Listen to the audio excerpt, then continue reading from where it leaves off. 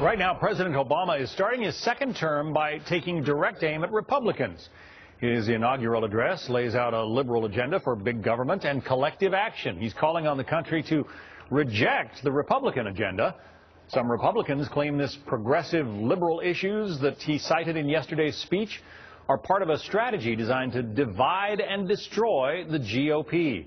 A column in today's National Journal picks up on that point, saying every one of these issues fractures Republicans. The speech, devoid as it was of olive branches, played into the emerging Republican consensus that Obama is trying to divide and destroy the GOP.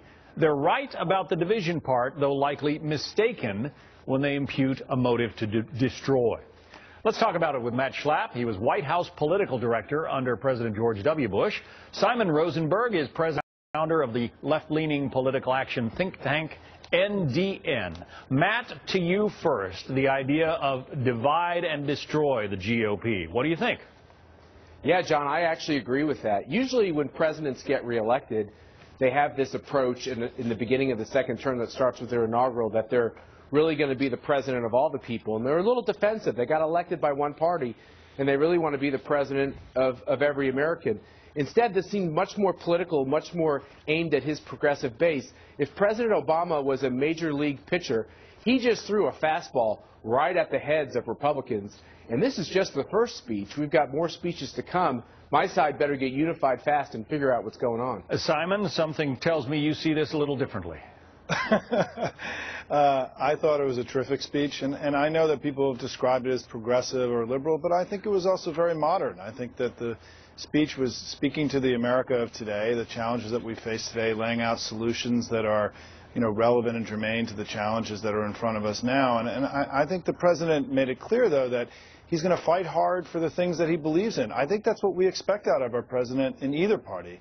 And it's a little surprising to me that the Republicans are so surprised, because in many ways this is the inverse of Reagan. I mean, Reagan came in as a very strong president. He fought like heck for the things that he cared about.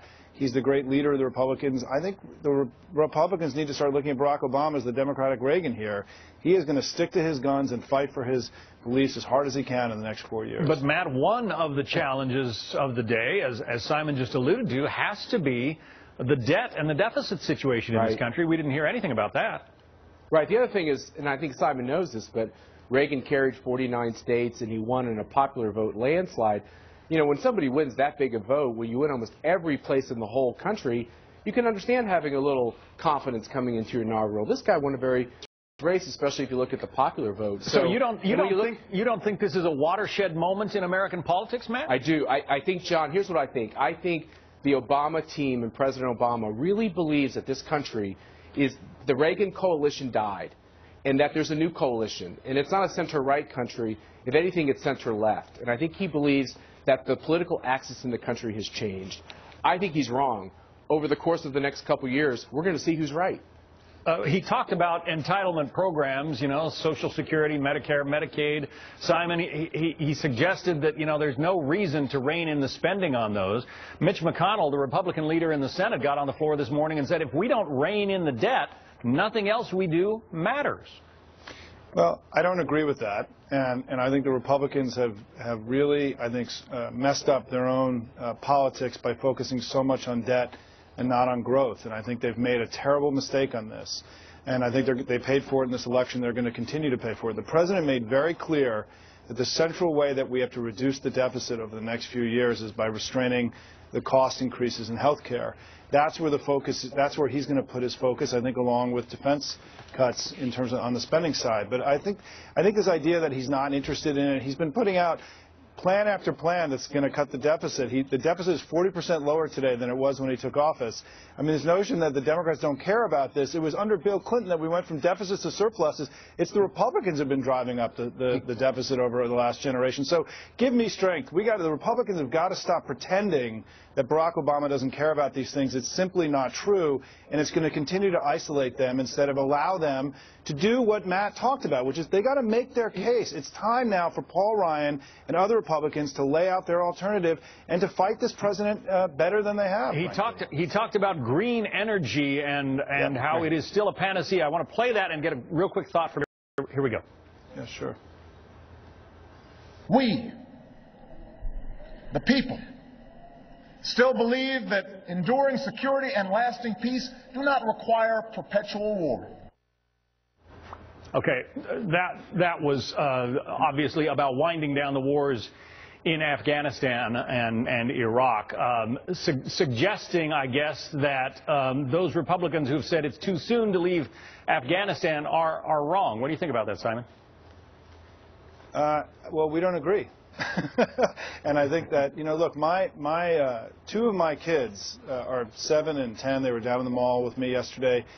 We've been at war in Afghanistan their entire lives. I mean, so this notion that there is war weariness and that we have not fought these wars the way that we needed to achieve success, I think is a fair criticism by this president of a failed foreign policy of the previous president.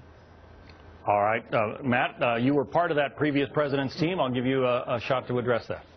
Well, I just think this all plays into the stereotype that Obama is risking, which is past Democrat presidents always risked looking like they were stereotypically liberal on taxes, on national security, on spending, on the budget. And he's falling into this trap on everything, including the war on terror, where I think this drone program and some of the other programs and his failure to articulate what America's role in the world is and what it's going to do in order to fight for freedom and democracy across the world.